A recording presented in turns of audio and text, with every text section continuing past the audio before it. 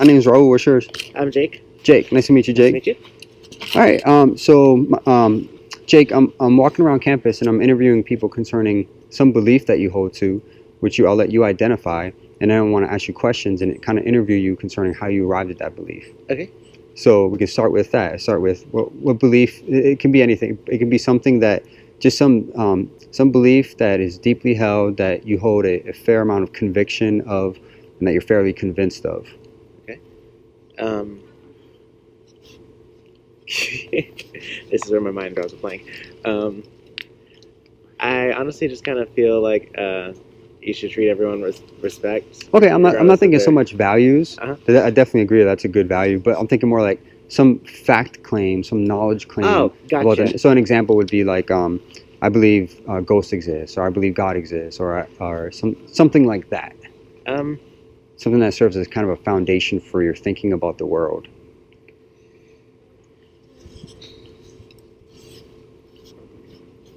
Let's go with the I believe ghosts exist thing, because I definitely do. You do, okay. So let's start with why do you believe ghosts exist? Like just because like they've been around, like tales and accounts and stories about ghosts and such have been around for ever, thousands of years. It's just I kind of feel like it's hard to believe that every single one of those stories, like the millions and millions of them, they're all made up. Mm-hmm. Aside from myself, I also believe that I've had my own ghost experiences. So, seeing is believing. Okay.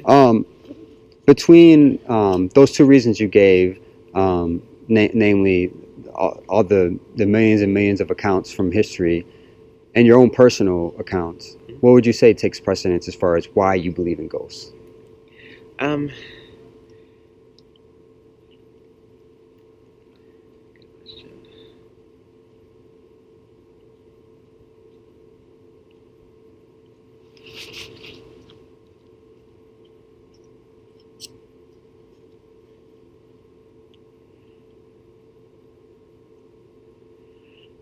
It's really kind of hard to give like a definite answer, I suppose. Would you say it's like 50-50, like they're both equally important in your mind, or? I'd say. I mean, of course, leading up into what I experienced like firsthand, like other people's accounts would kind of like convince me, and then my own experience over at Pensacola Little Theater, that was kind of like the cherry on top. Mm-hmm. So it kind of like solidified. Because of course, like I have a lot of friends that half of them believe in ghosts, half of them don't. Mm-hmm. So my friends would like tell me why they believe in ghosts. And the ones who don't will tell me why they don't. Mm-hmm. But my own personal experience that I couldn't explain or anything, that just that kind of solidified my own opinion. Mm-hmm. Do you want to share your experience? Yeah, maybe we can go there. I was performing at Pensacola Little Theater in Treasure Island a couple years ago, and I was in the atrium, and in the atrium there's a big counter where the snack bar is, mm-hmm. and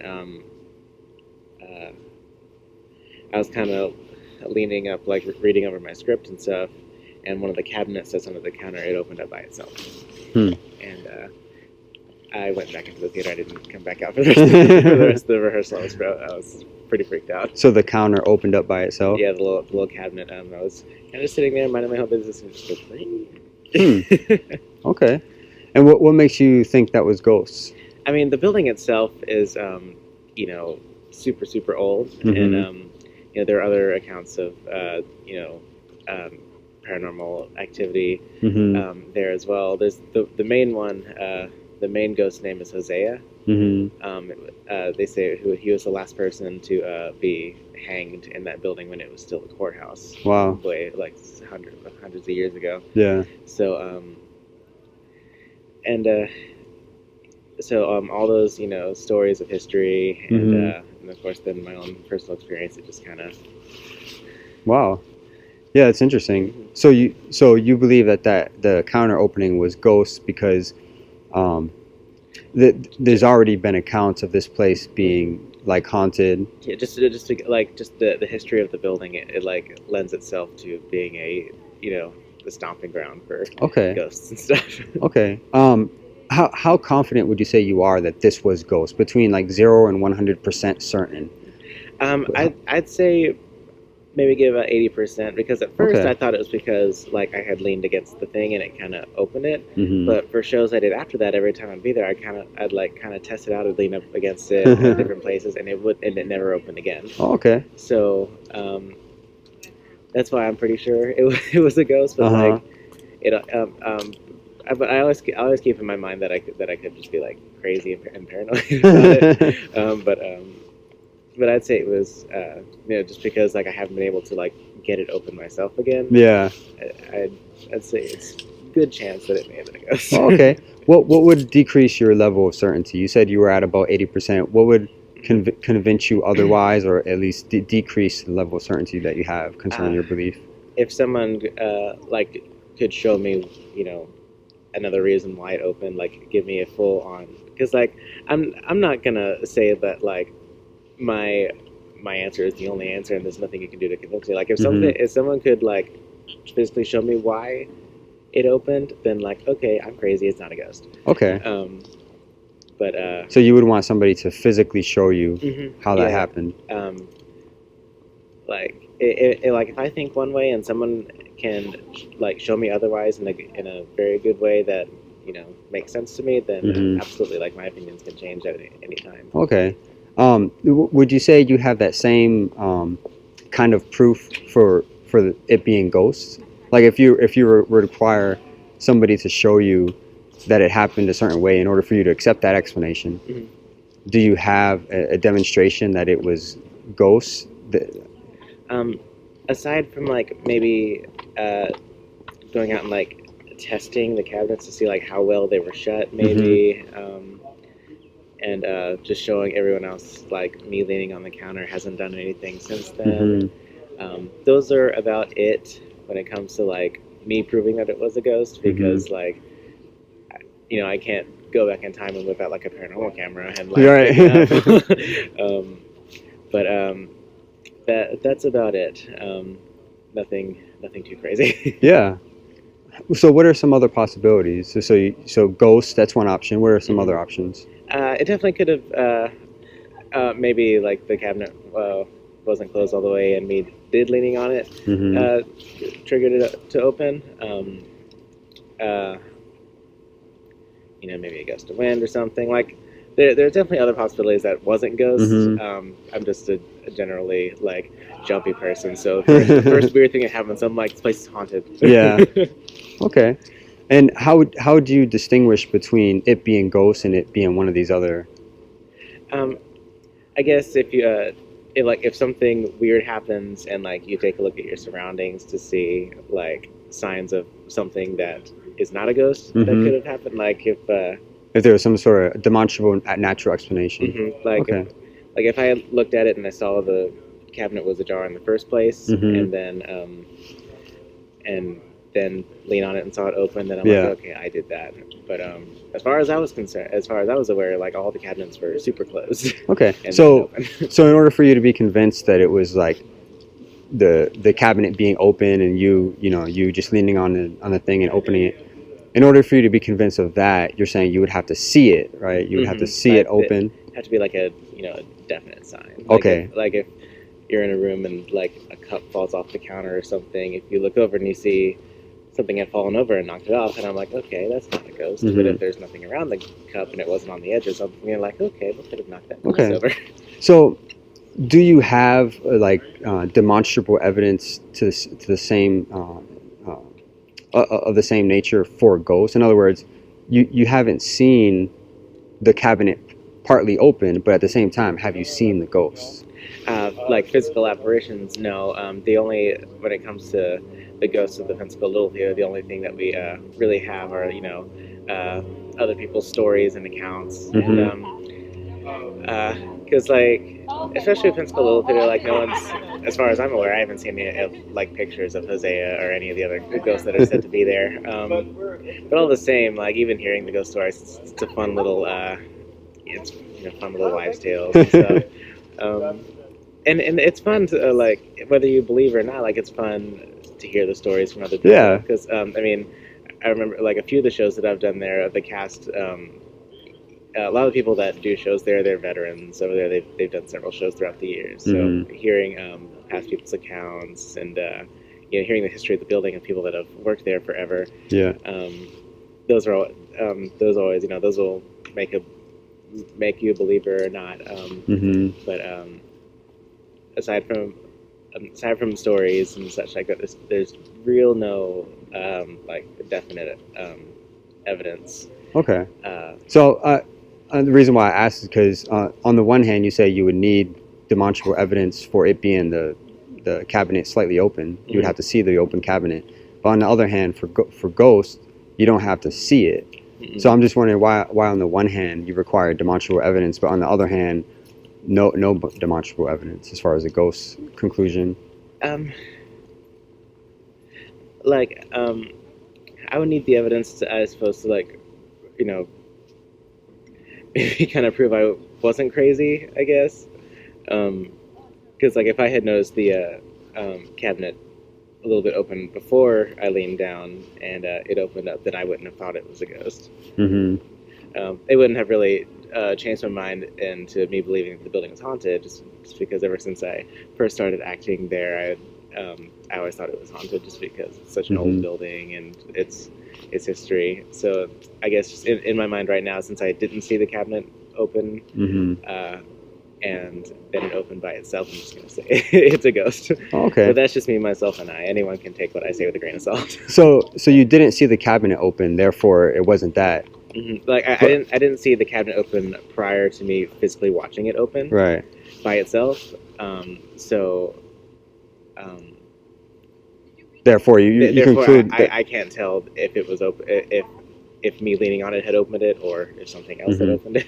So, but if you apply that same exact logic there for why you reject this conclusion, if you apply that same logic to your ghost hypothesis, does it stand? In other words, if you were to say, yeah, I didn't see the cabinet open, therefore it wasn't that, couldn't you likewise say, I didn't see the ghost, therefore it wasn't that? Absolutely. And so why don't you apply the same logic over here to your ghost hypothesis that you apply over here to the open cabinet hypothesis? I guess because since when it comes to the ghost hypothesis, I don't know what else it could have been. If the cabinet was fully closed and it opened by itself with no one else in the room, in my mind, I'm like, what else could it have been? So I just kind of stick with that. So you're saying because you don't know what it was, you feel justified in this. Oh, okay. Yeah. So you don't have any way of verifying your assumption? No, not really. Because the building doesn't really have any security cameras or anything. No one else was in the room with me. Yeah. So would you my tale is just that. It's just an account. Okay. Would you accept the same logic for another explanation? In other words, if somebody had the same experience, they were working late one night somewhere, cabinet opens, but they, instead of assuming that it's a ghost, they assume it's fairies, or they assume it's aliens, or they assume it's Elvis's invisible ghost or something like. Would you accept the same logic if they said to you, the reason why I know this is true is because I just assume it? Would you accept that as convincing?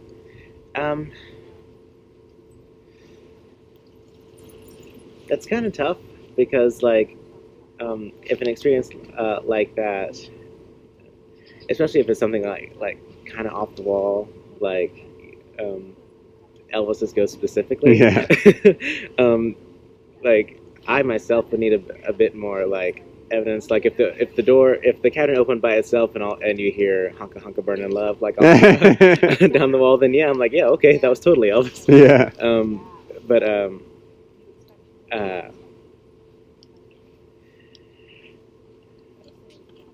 when it comes to the same logic, I suppose.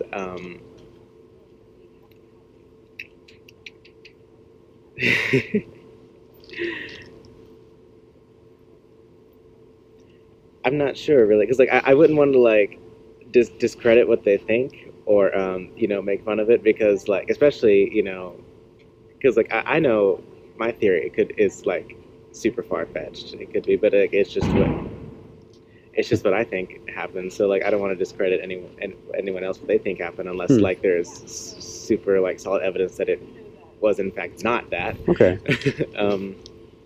But for me myself, if someone say, yeah, Elvis Ghost just opened up the cabinet, I'd be like, I'd need like proof as to why they thought it was Elvis's ghost specifically.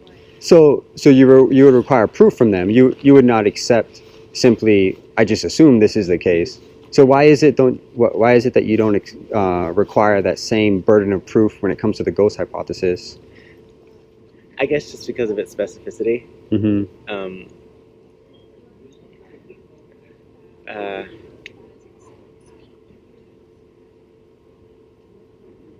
I'm not sure actually. Now we're thinking. Let's see.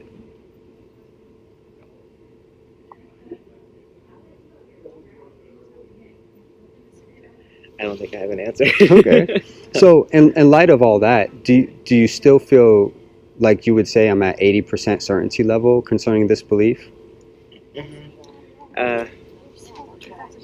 Just because it happened so long ago and such, and like and just like me doing my own little personal test to see, just because like I tried to disprove myself. So because like if I was able to get the cabinet open again myself, then I'm like, okay, it wasn't a ghost. I just leaned on the counter and it opened. Yeah, but even that doesn't necessarily doesn't necessitate the ghost hypothesis. That could necessitate any number of hypotheses, right? Because that doesn't rule out all manner of other options, right? It doesn't rule out fairies. It doesn't rule out gods. It doesn't rule out that the cabinet is actually has a conscious, it has an intellect of some kind. You know, I mean, it doesn't rule out all types of stuff. I guess it would just rule out my own personal hypothesis. Like if I could disprove myself that it was a ghost, I suppose, then I guess I would feel like less kooky. Okay. So are you saying that your hypothesis is no more valid than any other hypothesis? Exactly. I just the way you experience things, the way you think about things, and how you use that and come up with your own hypothesis. Like if someone someone else comes up with their own hypothesis using the same elements and such, like I feel like they're both equally valid hypotheses until one of them is proven true. Okay. So you're saying by simply assuming that it's a certain something, in your case ghost, by simply assuming that it's that thing, you feel like you're justified in your conclusion. You feel like you're justified in holding an 80% certainty level. And until someone tells me otherwise, I think okay. So. I'm wondering why simply assuming something can lead to one conclusion just as likely to lead to your conclusion as it is to another conclusion. Like, does that say something about the method you're using, that it has no ability to distinguish between the true and the false, the valid hypothesis and the invalid hypothesis?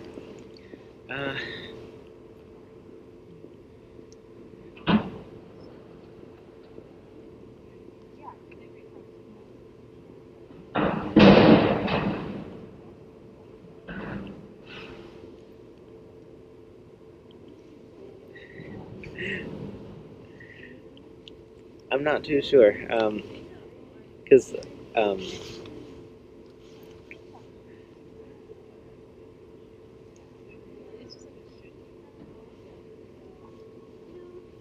sorry, could you repeat the question one more time? The method that you're using, let's call it, and correct me if I'm wrong here, let's call your method assuming things. That's the way you describe it. You said, I just kind of assume that it's ghosts. Yeah. So we'll call your method the assumption method, or the assuming things method. This method, from the way you're describing it, doesn't have any ability to distinguish between the validity of one hypothesis versus the validity of another hypothesis. It's just as likely to lead to the ghost hypothesis as it is to lead to the fairies hypothesis or the Elvis hypothesis. In light of that, is the just assuming things method a good method to use to arrive at some sort of truth claim? just assuming things, no, absolutely not. Just because like there's no tact to it. There's no there's no like step system in order to completely solidify if the hypothesis was true or not. So if you're wanting to like get prove or falsify the ghost hypothesis, then you'd need to do something to properly test what was going on and such. Mm-hmm.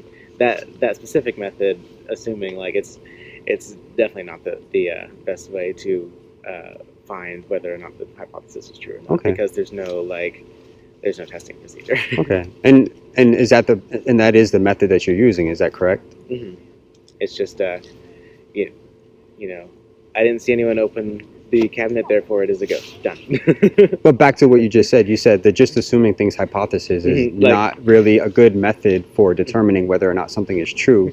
It definitely is, and I sound really contradictory right now because I know like my hypothesis is a rather crazy one, just because ghosts especially is one of those kind of far-fetched things that in the world I choose to believe it, and but I'm not gonna if someone else doesn't believe that, I'm not gonna be like, well, you're wrong, because I know that especially with that, the way I believe in it, it's not all that. It's not entirely valid, I suppose. Okay. Do you think that just assuming things method is equipped to confer an 80% certainty level on something? Now at this point, probably not.